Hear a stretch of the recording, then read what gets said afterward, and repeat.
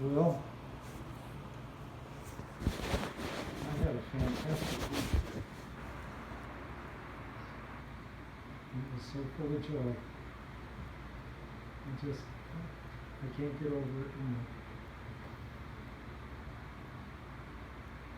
That was last week. This week, I'm still trying to find the words to explain what happened, because I don't know. But my whole outlook, my whole attitude is completely changed.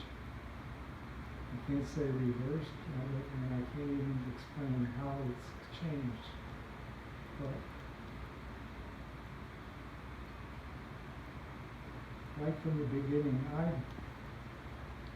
I'm well known. I've been in every emergency, in every hospital over the years in Bakersfield. And I have a reputation. I've even been thrown out of hospitals. Really? I have been thrown out of hospitals. They did everything they could to get me out. But with the problems that I've had in the last year,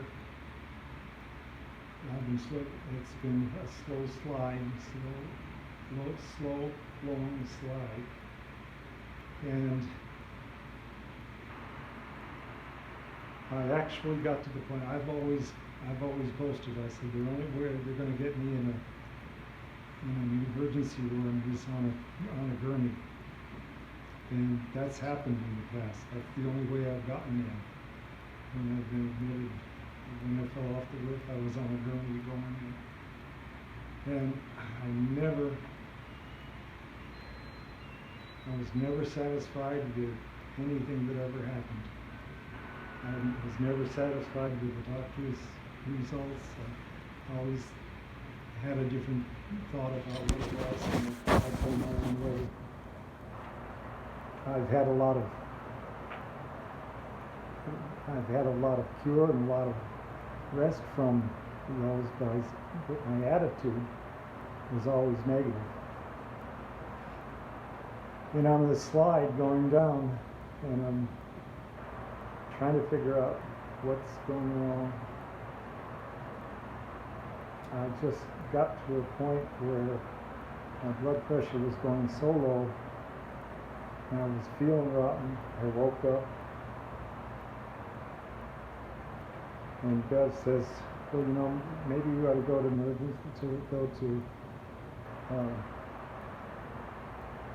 urgent care. And I said, no, I don't want to go to urgent care.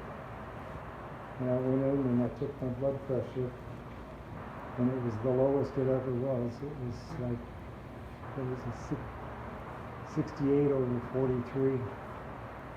And I came back in, I said, take me to urgent care. Okay, at that point, I didn't know what else to do. So she took me to urgent care, and we're sitting in there, and then they finally take us in. And the wind-up of it was they did a electrocardiogram, and he says, you've got to get into emergency right away. So we asked him, because I didn't know an emergency in town that I wanted to go to. But we asked him what he suggested, and he suggested, well, if it was me, I'd go to Mercy. So I'm thinking, and we're driving, but we're on Truxton, almost there. And I don't know who suggested it, whether you or me, but it came up, maybe we ought to call Susie, see what she has to say. And from that point on, I just had a good feeling about everything. And Susie said, well, come on up here to the big house, and she met us. And everything from that point just sailed. I mean, even on the check-in, she talked us through that. She got us right into the room. And we were in the room, I don't know how long, I don't remember, but before we knew it, we were in the back private room in emergency. And I was thinking, this is where Mike was when he was talking about it. Was it the same one? It wasn't the same one? No. Well, it was the only one I knew was there. And it was just like it, only we were away from everything else. Yeah. And we were in the Yeah. room. Well, the doctor came in and one thing and another, and they decided to admit me. Or they took an electrocardiogram too, and the results of that, they decided, well, that's what we better do is observe him. So I'm sitting there, and of course everything takes so long Yeah. in the hospital, but that didn't bother me. I mean, I'm just sitting, okay, so that's what's next. And when they finally said, well, it's going to take a while to get room. Okay. Give me one of your cough drops. My mouth is dry. I charge extra. Yeah. With delivery. It's not free, right? I'll squeeze it out so I don't touch it. Untouched by human hands, packaged by monkeys. I don't worry about that. That's There's a lot of different looking ones in it. It's like pill container. Yeah, are we sure we're getting the right ones here? We'll know in a minute. So at any rate, I'm laying there and I'm waiting for, and I said, well, at least, there's something there. And the result was that I was to go, as soon as they got me the room, they were going to move me in. So I knew that's what I was waiting for. Then they decided, they said, okay, well, we're going to give you a breathing treatment. Yeah, that's good, that helped me. Yeah. I've had need to breathing be able to treatments breathe. before.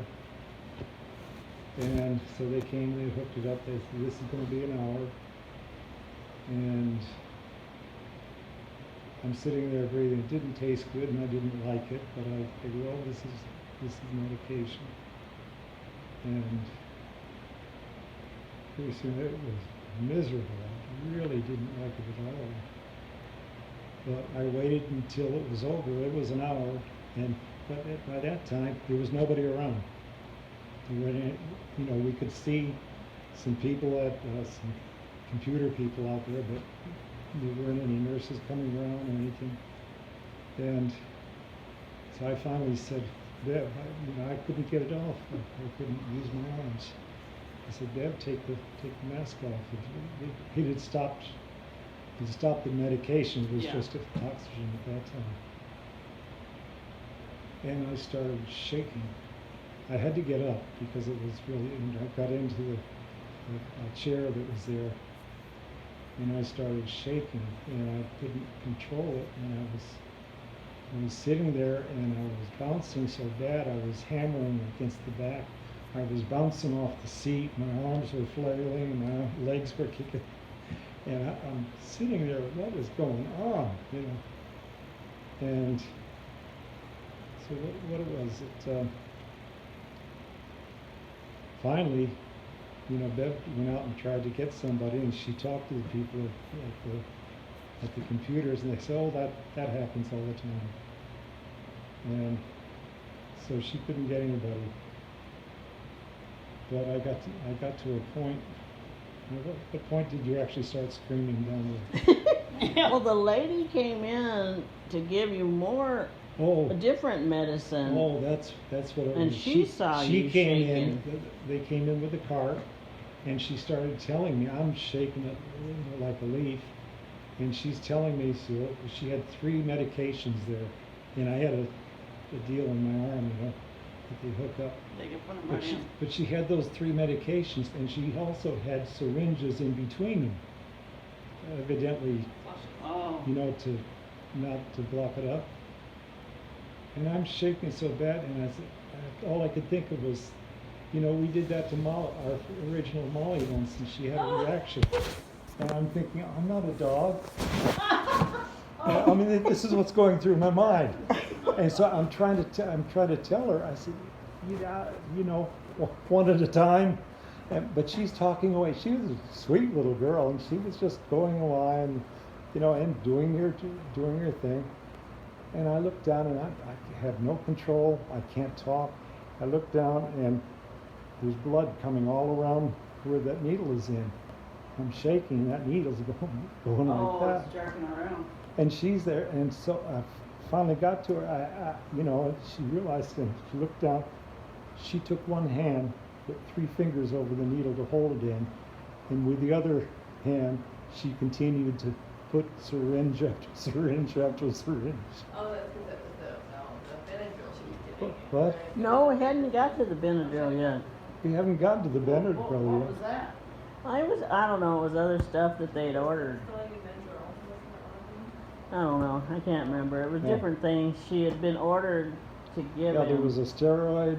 There was something for my stomach to. Oh, Pepsid, wasn't it Pepsid Yeah, or Protonix? and there was something else. I forget what the third was. But there were 3 medications, and so at some point, I seemed to calm down a little bit.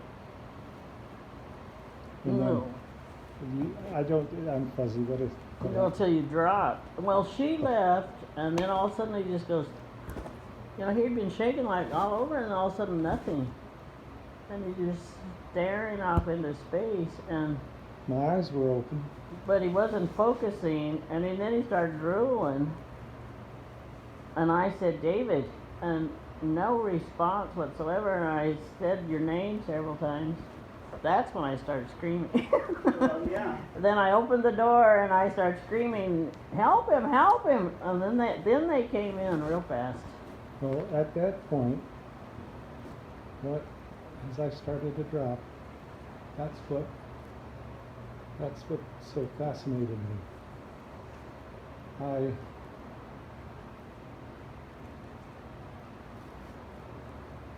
It seemed like it was slow, but it was quickly. I just detached from the whole situation. My mind, it was like just my self-awareness. There was nothing else.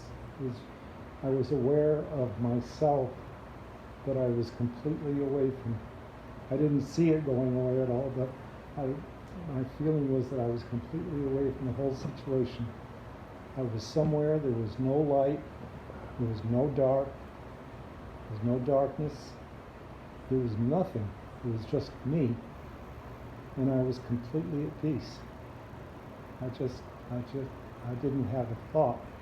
I didn't have a good thought, I didn't have a bad thought. I was just there. And I was aware that I was there. And it was so peaceful. And and after a while, I don't know how long I was there, but when I started to come back, I slowly got aware of there was a whole group of people surrounding me. And by the time I got there, I kind of realized that somebody was talking to me, but I couldn't